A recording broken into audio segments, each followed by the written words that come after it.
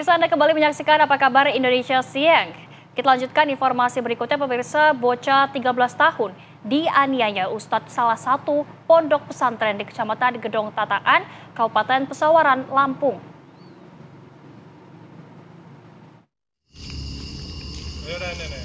Dipaksa mengaku telah melakukan pencurian, bocah 13 tahun dianiaya Ustadz di salah satu pondok pesantren modern di Desa Negeri Sakti, Kecamatan Gedong Tataan, Kabupaten Pesawaran, Lampung.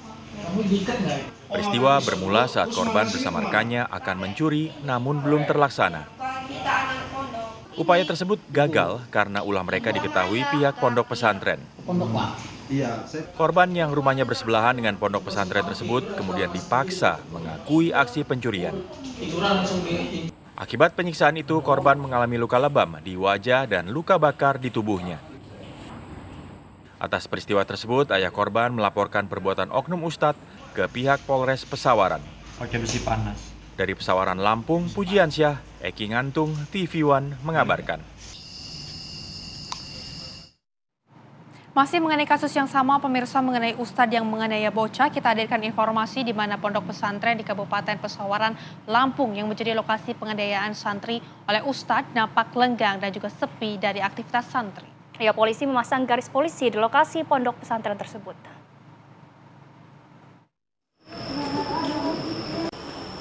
Pasca penganiayaan bocah berusia 13 tahun di Pondok Modern Pesona Al-Quran Kabupaten Pesawaran, Lampung pada Sabtu 4 Januari 2025 lalu. Kini kondisi pondok pesantren nampak lengang dan sepi dari aktivitas santri. Selain itu, terlihat di lokasi tempat kejadian perkara sudah terpasang garis polisi dari Polres Pesawaran, Lampung. Diketahui jarak antara rumah korban dan pelaku penganiayaan merupakan satu kompleks dengan lokasi pondok pesantren tersebut. Sementara itu, Kepala Dinas Pemberdayaan Perempuan dan Perlindungan Anak Kabupaten Pesawaran, Lampung, Maisuri, mengatakan setelah mengetahui kejadian tersebut, korban sudah dilakukan pendampingan, yaitu pendampingan visum di Rumah Sakit Bayangkara. Selain itu, petugas juga akan memberikan rujukan ke psikolog klinis untuk menghilangkan rasa trauma yang dialami korban.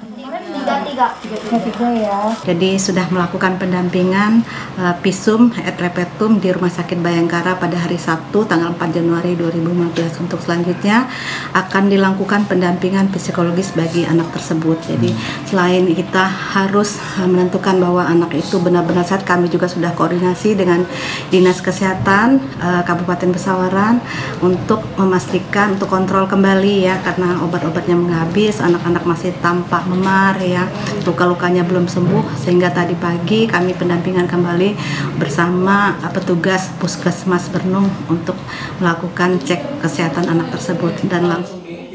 Kasus penganiayaan santri oleh Ustadz Ponpes ini masih dalam penyelidikan Polres Pesawaran. Polisi telah melakukan pemeriksaan terhadap korban serta mengumpulkan barang bukti. Dari Pesawaran, Lampung, Pujiansyah, TV One mengabarkan.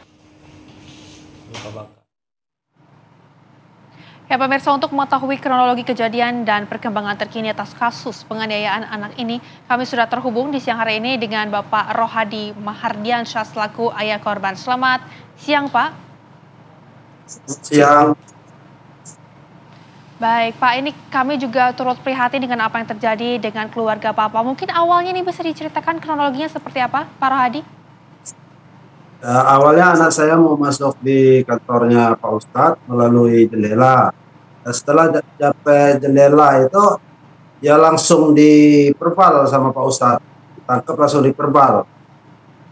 Dianiaya, dikenakan pisau, dibakar, pisaunya dibakar, ditempelkan di badan anak saya karena dipaksa untuk mengakui bahwa dia ngambil maling di situ. Padahal belum dapat, belum ada. Gitu. Baik, Pak Rohadi, ini siapa Pak yang melakukan penganiayaan terhadap anak Bapak dan apakah ada lebih dari satu pelaku, Pak? Ini yang melakukannya cuma tunggal, cuma Ustadz seorang, pimpinan plus pengajar Pondok Modern Pesona Al-Quran ini, Ustadznya aja. Baik. Baik, Pak Rohadi, ini kami juga ingin tahu setelah kemudian dianiaya, korban ataupun anak Pak Rohadi ini mengalami luka di bagian mana saja, Pak? Bagian leher, bagian mata, bagian mulut, bagian perut, bagian leher, bagian punggung, bagian kaki. Itu aja. Banyak sekali berarti ya? Iya Pak, ini Banyak, kondisinya bagaimana Pak sekarang anak Bapak? Ya alhamdulillah pada saat ini selalu ada pemeriksaan dari puskesmas Bernung, selalu bolak-balik ke rumah pemeriksaan anak saya. Baik. Hari Pak ini Rohadi, pun tadi ini kami ingin tahu. Halo. Baik. Ya, Oke. hari ini tadi ke psikolog sudah diperiksa juga. Oh kemarin.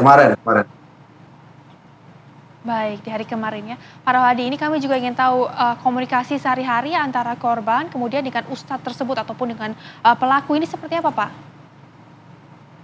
Ya, aslinya saya sebenarnya saya bekerja sama Pak Ustadz selama 3 tahun lebih.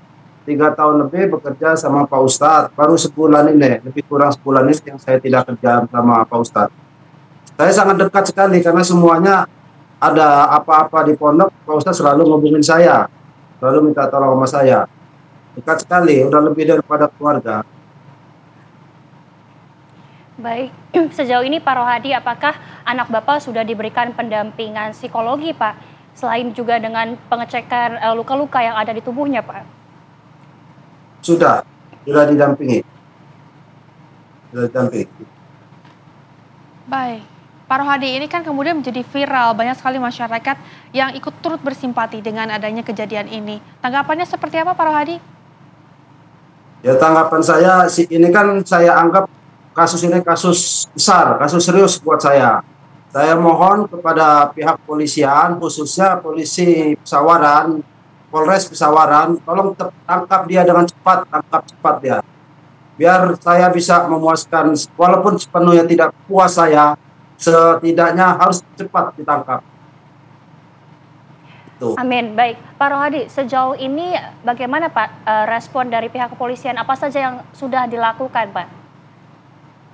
Ya, sejauh ini lagi proses saja, belum ada penangkapan, sudah 3 hari ini. Saya minta ada keputusannya kalau bisa hari ini gitu. Hari ini tolong ditahan dia, supaya saya khusus saya dan keluarga besar tenang gitu. Saya takutnya dia kabur. Itu aja saya takut. Kalau bisa hari ini tahan. Kan hari ini kan mau ada penyelidikan buat dia, kalau bisa langsung ditahan. Jangan boleh pulang lagi. Baik, Pak Rohadi, ini kami juga ingin tahu apakah dari ustadznya tersebut atau pelaku tersebut sudah menemui keluarga korban, Pak Rohadi? Kalau untuk pelaku belum menemui kami, belum ada yang menemui kami. Jadi belum ada komunikasi sama sekali Pak dari pihak pesantren kepada keluarga Bapak? Belum ada sama sekali. Baik, Pak Rohadi, apakah Bapak juga ingin meminta permintaan maaf dari pihak pesantren, terutama ini pelaku sendiri, Pak? Saya tidak akan damai atau meminta maaf sampai dia harus ditangkap pokoknya. Tujuan saya satu, harus ketangkep dia. Harus ketangkep karena anak saya sudah dianiaya, Itu pun, kalaupun dia sampai hilang luar biasa, itu bisa menimbulkan anak saya sampai meninggal karena sudah di kamar itu, di perbalnya itu yang membuat saya tidak terima. Padahal dia sama saya sudah dekat gitu. Seharusnya kan dia laporan sama saya. Baik Pak Rohadi, terima kasih banyak sudah bercerita bersama kami di Apa Kabar Indonesia Siang, dan semoga kasus ini juga segera diberikan titik terang. Terima kasih Pak, selamat kembali beraktivitas. Maaf menambahkan Mbak. Ya Pak